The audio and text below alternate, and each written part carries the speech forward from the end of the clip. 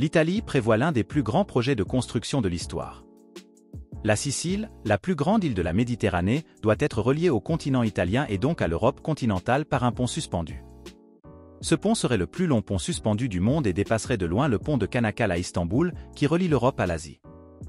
Dans la vidéo d'aujourd'hui, nous nous penchons sur ce méga-projet.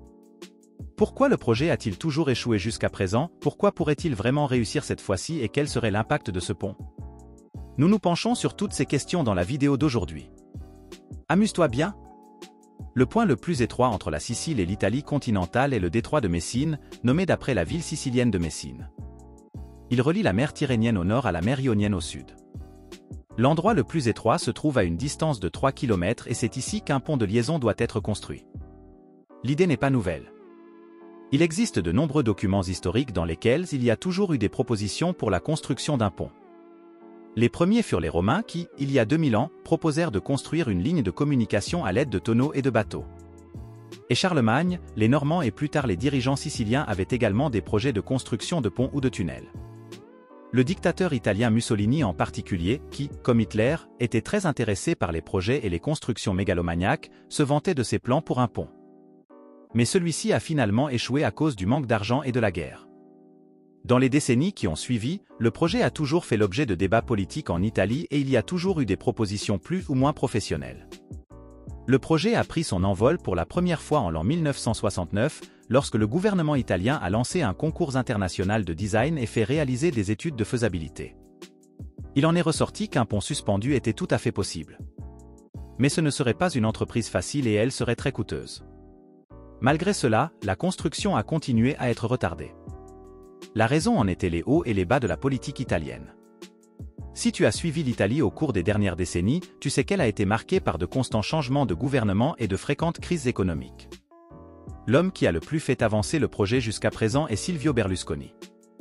Sous sa direction, 300 millions d'euros ont été investis dans les plans du pont, des fonds de soutien de l'UE ont été obtenus et un consortium d'entreprises de construction internationale a été créé. La construction sur le côté et du détroit de Messine a déjà commencé lorsque Mario Monti est devenu président du Conseil italien à la fin de l'année 2000 et a immédiatement stoppé les plans. Il dirigeait un cabinet qui devait sauver l'Italie de la faillite nationale, c'est pourquoi les dépenses pour le pont ont été supprimées et la société d'exploitation a été fermée. Mais maintenant, tout devrait être différent. Le nouveau gouvernement italien dirigé par Giorgia Meloni veut relancer le projet et le mener à bien cette fois-ci. Le projet doit créer 100 000 nouveaux emplois et relier la Sicile au continent. Cela devrait permettre à la Sicile, qui est actuellement à la traîne économiquement, de se développer. Le fossé entre le nord prospère de l'Italie et le sud plus pauvre du pays devrait être réduit.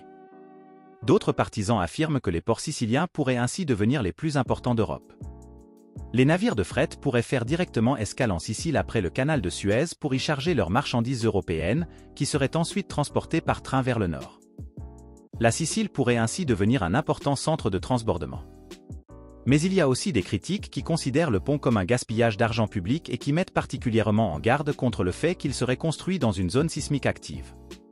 D'autres soulignent la mauvaise infrastructure de transport de la Sicile pour le transport ultérieur ou demandent plutôt une extension de l'infrastructure des ferries. Et il y a aussi des préoccupations environnementales. Mais le nouveau gouvernement italien semble très convaincu de reprendre le projet. Les signes n'ont jamais été aussi bons qu'aujourd'hui. L'Italie reçoit en effet 209 milliards d'euros du Fonds de reconstruction de l'Union européenne. Cet argent doit être investi principalement dans l'infrastructure en difficulté du sud de l'Italie. Le pont devrait d'ailleurs coûter près de 4 milliards d'euros. Au total, avec ses 3 km, il serait le pont suspendu le plus long du monde. Il établirait une liaison routière et ferroviaire au point le plus étroit entre la Sicile et la région de Calabre. Selon les plans actuels du gouvernement, la construction devrait commencer dans 2 ans et le pont devrait être inauguré dans 5 ans. Mais il faudra attendre les prochaines années pour savoir à quel point les plans sont réalistes cette fois-ci.